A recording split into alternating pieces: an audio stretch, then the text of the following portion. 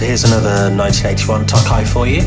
This time a semi-acoustic ES100 that I found on eBay in I think 2013.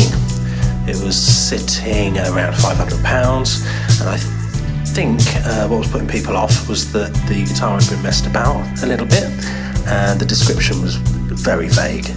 The headstock had a gold decal matching snowflake inlay, and the bridge had been replaced with a gold Gibson unit, which was starting to cave in as well.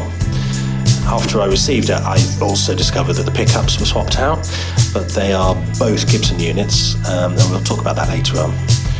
From the images on eBay, I could see the fretboard nibs were there and a one-piece mahogany neck underneath a beautiful brown finish. I could even make out a stamped serial number in the low-res images, so I already knew that this was a Japanese guitar trying to be a Gibson. The strap buttons looked aluminium, the pots had pointer rings, and the switch was a knurled nut instead of the cheaper hex nuts, all suggesting high quality hardware. When you've read and looked at as many Japanese guitars as I have, you just get a feeling when you see a quality instrument. My gut was saying that it's an early 80s guitar, not the more recent Japanese ones. I mean, they have like a sunburst, very yellow, yellow to black on the back of the neck, as opposed to this brown finish. You'll see though that in my video clips there's a 100 sticker on the back of the headstock, and that's something I actually replaced since confirming the model.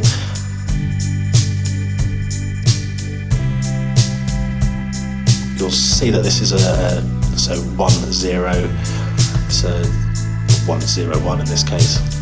It's a 1981 serial number.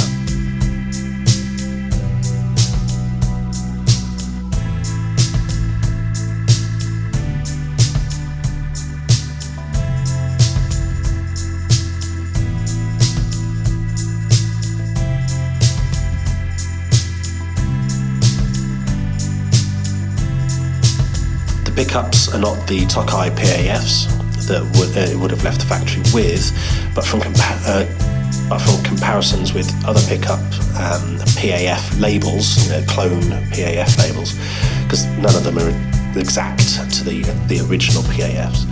The font and the spacing on this one suggest a Gibson Classic 57, and the neck has a stamped patent number and the large plate screws, and that seems to be something commonly made in the late 70s, early 80s, but I'm not 100% about which model that would be, and I'll research that a bit further once I've taken impedance readings.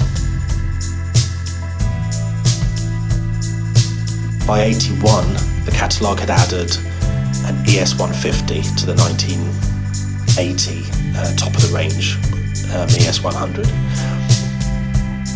The ES150 had gold hardware, so I'm not really that interested in that. I think it looks a little bit tacky. So you could have either jazz or rock pickups, and that would make it either a 100J or a 100R. And you got three colours. You had the blonde, the cherry, or the sunburst.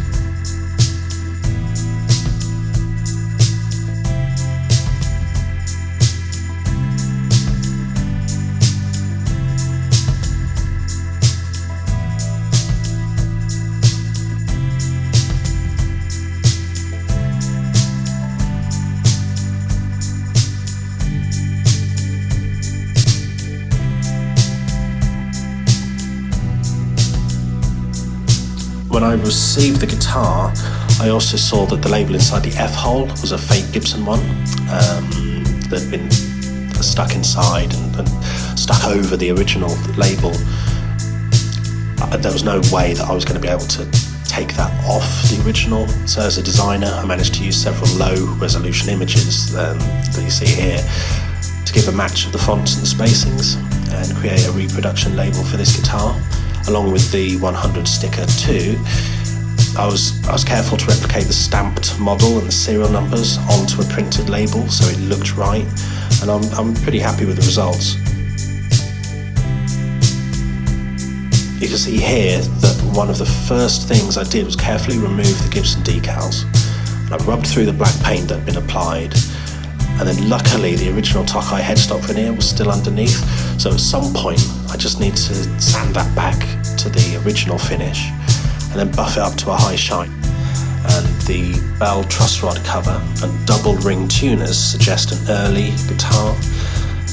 Tokai changed these two details in 1981, as seen in these pics of my Les Paul style Tokai guitars. One's an 81, one's a 79.